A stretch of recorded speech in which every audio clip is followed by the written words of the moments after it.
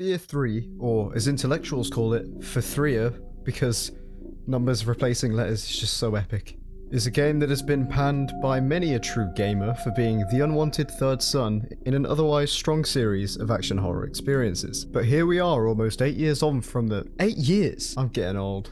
Here we are, almost 8 years on from the initial release and subsequent negative hype surrounding this experience, and so you know, I'm here to talk about how and why this game screwed up and made a lot of fans pretty mad. Since I know this game has plenty of fans, probably the majority of those who played it, please keep in mind that I do know that this game has a lot of good points, but this video isn't about those because that's no fun. First off is the overall tone. F.E.A.R has always been about action, making you feel like a fearless badass in a paranormal situation that no one can stop but you. But did they just forget that it was also supposed to be horror? Let me elaborate. F.E.A.R 1 was very heavy on atmosphere and psychological horror. F.E.A.R 2 amped up the action in the physical horror, i.e. spooky guys you can fight, and F.E.A.R 3 is basically an FPS without, well, the things that make an FPS good. It's like a bowling ball without a liquid center. It's like ravioli, but in the middle. Someone's just nutted. Make no mistake, that bit at the start of F.E.A.R 1 where you already creeped out, watch your squad of badass buddies get stripped to the bone right in front of you is just clever. It makes you feel vulnerable as hell and reminds you that something you can't see or fight wants you dead. If those guys suffered that fate, what could become of your character? Especially if you feel completely new to the series. Doesn't matter what guns you have, guns won't kill what's after you. You spend pretty much all your time alone, and some of the scariest parts of the game are the parts that rely heavily on the tension and atmosphere. The world building is amazing, it's on par with games like Half-Life and System Shock, and you're expecting something to happen so often and it either doesn't or does, and if it doesn't you're even more unnerved because your expectations are being played with, but if it does, well, got 'em good. It worked for it. Well done, game. This is a lot like Silent Hill in my opinion, which makes sense considering the Japanese horror influences, and I'll always love that for its unpredictability, at least what appears to be for someone from a Western country where horror is so generic. F.E.A.R 3's horror not only consists of jump scares, but just doesn't really make an appearance all that much, and let's be fair, by the third game, the fear of the unknown is gone. I mean, we all know who Alma is and what her deal is, right? Right. In the first game, her manipulation of the world in your mind was shocking, especially with its level of detail and creativity, and it was usually very slow and tense. F.E.A.R 3's solution? Throw stadiums of bad guys at you continuously to make the game hard, and make sure you know exactly what you're up against at all times. I mean, I half expected the replica soldiers to start chanting USA and bringing foam gloves along for the ride. They at least introduced the creep, aka Jumpscare Eggboy 69, but what if you just don't find him scary? He's really like the only persistent thing that actually stalks and seriously tries to scare you. Alma barely tries anymore, and she actually doesn't really kill people in this game, I noticed, which is contrary to what a developer said about her being more aggressive because of her pregnancy. All the creep can do is pop up and screech at you, and it's just way less creative than Alma, who they didn't give enough of a chance in this game, I feel. At least if you're not scared of Japanese horror tropes such as the evil little girl, you might be scared of the uncanny valley, or random one-off things appearing just to scare you and just dip into obscurity completely, never to appear again. The creep is always going to be the man who had a very enthusiastic girlfriend, and an obsession with hugging you and making loud noises. We're not too different. I'm not gonna lie, F.E.A.R 3 gets a few good spooks in. I only pissed myself 3 times, but I feel like it lacks confidence somehow. Instead of treating you like its bitch, it tries to appeal to what it hopes we find scary, such as jump scares that aren't earned, budget Gordon Freeman's Freemen charging you with crowbars, whatever else they could find at Goodwill, and cults or whatever's supposed to be going on here. It literally looks like they tried to copy the dudes from Dead Rising but just kind of failed, which leads me to my next point.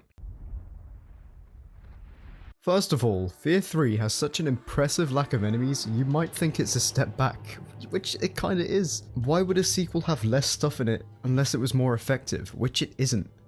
I always find myself unable to defend this, and in many regards, 2 could easily have been a sequel. Essentially, you only really have to worry about soldiers and like 2 freaky things. In F.E.A.R 1, there were actually more soldier variants. Not only this, but the AI was much better, less bullet spongy as a whole, and was actually fun to fight, or at least more fun. Between each battle there were typically quieter parts and unexpected psychological horror, which almost made them feel like a relief because you kind of felt like at any point you were fighting them, The other things couldn't get at you.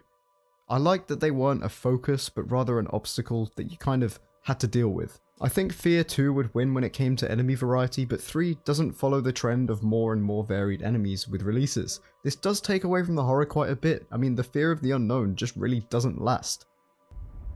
Next up, environments. F.E.A.R 3's locations can be seen as a strength or a weakness depending on your personal view and opinions. Some people like me love more believable, low-key places, where you'd perhaps not expect scary stuff to happen, but you just never know because these places are just left there. F.E.A.R 3's locations are stereotypically spooky for the most part. However, to the game's credit, they are almost all thematically involved in the game and its story. The prison is, it's a cool idea and it does tie into the narrative, so it's not a bad place to start, but I just remember it being one of the least interesting places. Then again, that's just because of wasted potential. The game should have taken notes from games like The Suffering, but instead it forced me to suffer through uninspired gunfights. I'm sorry. The store is probably a high point for me, and that's forgetting that there is a map called Tower. It's a very open area with some decent scares and some spooky enemies, and I think some really creative use of the environment. The open areas allow for a lot of freedom and the ability to experiment more with the controls. Also, it's not an overly cliche horror location, but it's pretty good. And there are times where the game does really come close to the mark, but ultimately leaves you wanting more. And again, this is most likely due to the amazing impression the previous games left on us. But it's like expecting your dad to give you a hug, but instead he uses your forehead to extinguish his cigarette. That sounded way more relatable in my head. What I and many others loved is the fact that most of the first game had this unique atmosphere that reminded us of Condemned or something. Most of the game's events took place in abandoned, uncared for areas that nobody visits, completely invisible and unknown. These places are great settings for horror because unlike spooky places like hospitals and schools, which we now naturally associate with horror, these places don't need a paranormal element to be creepy. If you've ever visited an abandoned building, even during the day, you'll know what I mean. Anything could be in there, maybe even Half-Life 3, or that new Tool album that will never happen. I can also guarantee most of you have been to a school, and I reckon all of you have been to a hospital, assuming you've been born. So you know what to expect, but have you ever been to like a really obscure factory that prints like buttons or something? I don't know, man. There are certain points in the game where you can look down at the bustling streets of Fairport knowing absolutely nobody there has any idea what's happening in the shadowy heights of the buildings you climb. And that's really something. Not only can no one save you, or even try, but it almost makes you feel like, even now as you sit at your computer watching this video, there could be some sort of paranormal can of worms ready to open mere miles away. Speaking of cans of worms, check the link in the description to vote against Article 13. Sorry not sorry. Next is the combat. Oh boy. The combat in this game is updated significantly, in the same way you can consider a man's face updated after you hit it a few times with a baseball bat. It has hit detection, recharging health, and all that great stuff. This kinda lowers the stakes a little bit, because in previous games we had the whole health pack system rather than the more casual recharge, but it's not too much of a big deal in that respect. My big problem is that it changes combat from action man running, thinking and shooting, which was kind of the feel they admitted they were going for, to boring and slow-paced wave shooting where you find yourself faced by enemies you're not expected to beat without sitting down behind the wall for a few seconds. Yeah, you know, hold on bro, don't rush me, time out. I'm trying to buy some of that merch. It just feels like they were there to draw out the already short game, which isn't inherently a bad thing, but it is when it starts to get boring and compromise the quality of the whole thing.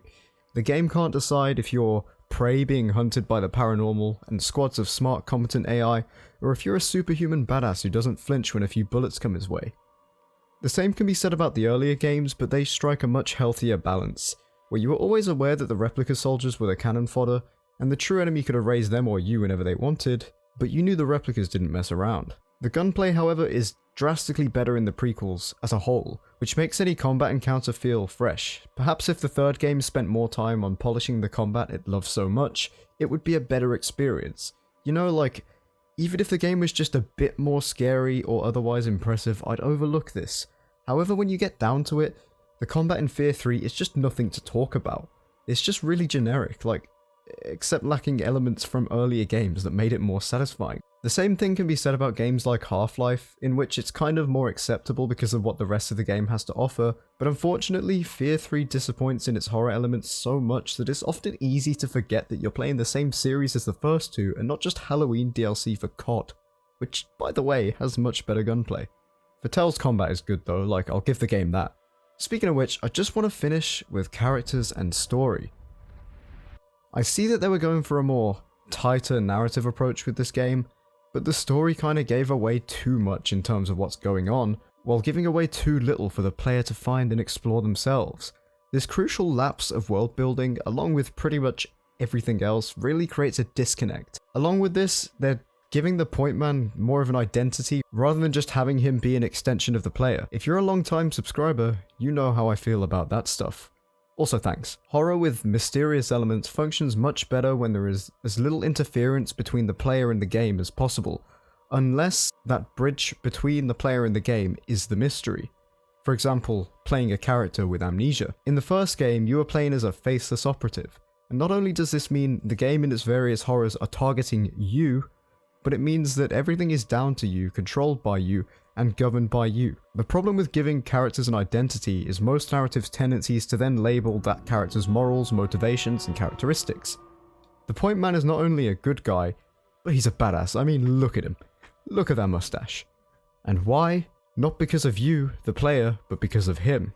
He grew that mustache. He was always meant to be the badass good guy. You're protected by his pre-planned power, his plot armor, and his tough guy facade. But really, I'm kinda willing to accept this if it means a juicy story. And you know, it's not even that bad.